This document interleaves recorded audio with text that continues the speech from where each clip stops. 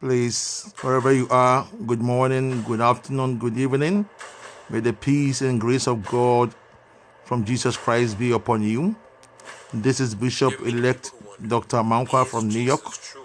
I want you to watch this video clearly as we are in the last days.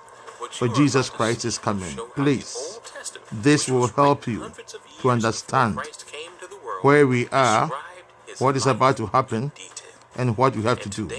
Thank you.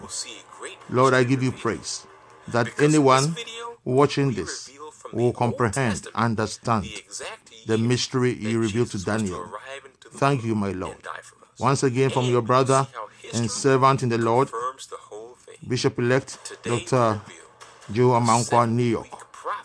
You can reach me from number 1516-395-1086. Please, if you have any questions, watch. And God bless you. Shalom. Before we can look at the prophecy of Daniel, we need to first look at who Daniel is. So, after the kingdom of Babylon attacked Jerusalem, it took many Israelites into captivity. And the Israelites who were found to have certain gifts were given special treatment. One of them was Daniel, and he became known as a prophet of God.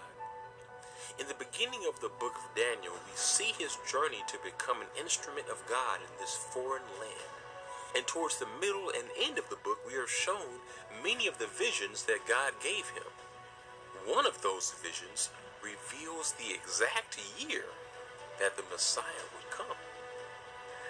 So this is going to be a good video, and you may have to break out your calculator for this one.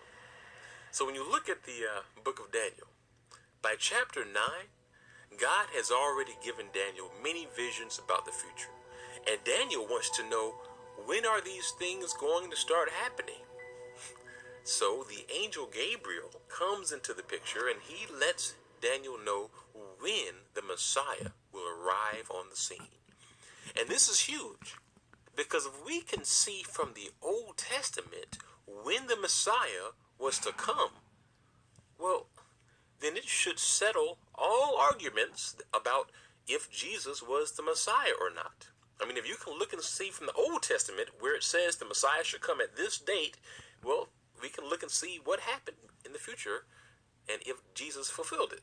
So what you are about to see in this video is so important, and let's go ahead and get into it. So, please, the angel comes to Daniel. pay attention, please, to this. If I show, of 70 weeks until the Messiah comes and the visions are fulfilled. And in chapter 9, verse 24, this is what the angel tells Daniel. 70 weeks are decreed for your people and your city to finish transgression and put an end to sin, to atone for wickedness, and to bring in everlasting righteousness, to seal both vision and prophet, and to anoint the most holy. So, the angel comes to Daniel, and he gives him a 70-week time frame until these visions that he's been seeing start happening. And in verse 25, he is going to let Daniel know when the Messiah will come. Verse 25, know and understand this. From the issuing of the decree to restore and rebuild Jerusalem until the anointed one, the ruler, comes, there will be 7 weeks and 62 weeks.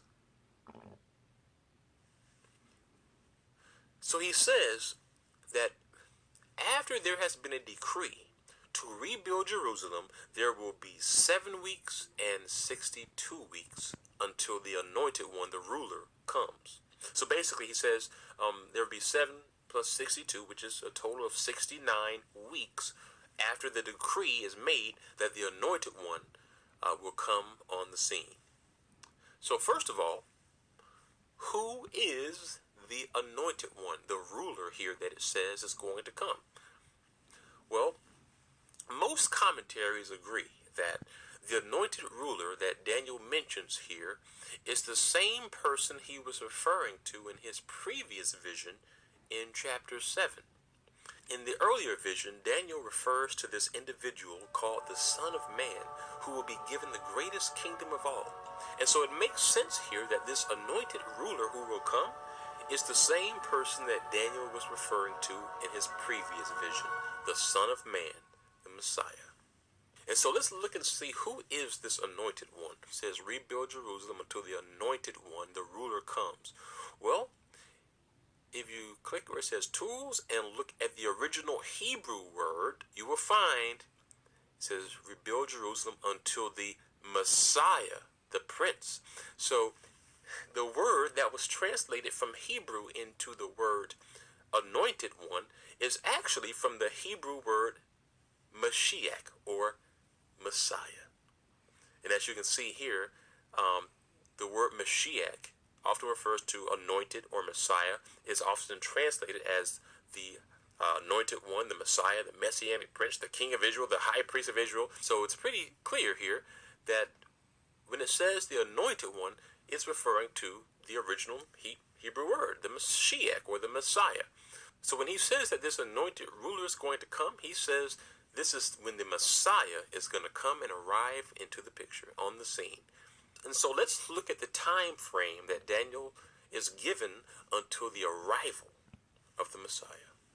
So the angel said, from the issuing of the decree to restore and rebuild Jerusalem until the Messiah comes, there will be a time frame of 7 weeks and 62 weeks, which is a total of 69 weeks. So after that decree is made, 69 weeks later, the Messiah should be on the scene.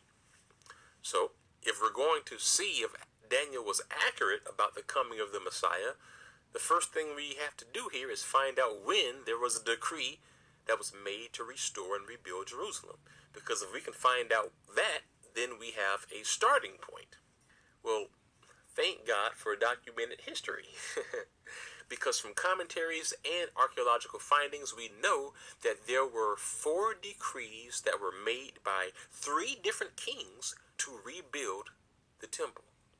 And from the books of Ezra and Nehemiah, we find that the decree that Daniel is referring to here most fits the time frame of the 3rd king, Artaxerxes I of Persia. And the date that he made a decree to rebuild their temple was in 457 BC.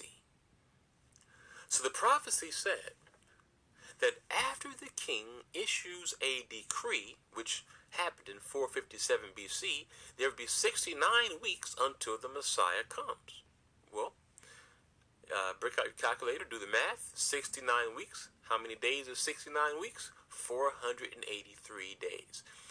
So according to this Old Testament prophecy, if we start from 457 BC and add 483 days to that, we should arrive at when the Messiah was here on the scene.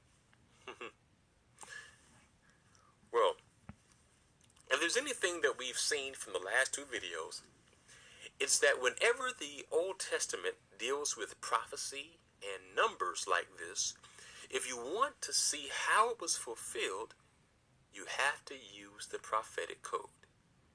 In the book of Jonah, we saw how the code was 1 day equals 1 year. And that showed us how the Jonah prophecy was fulfilled in 70 AD when Jerusalem fell.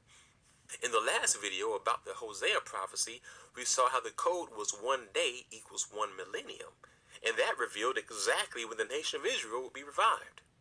And so since Daniel here, in this prophecy, is also dealing with days and numbers, we already know that there's going to be a code involved. So the question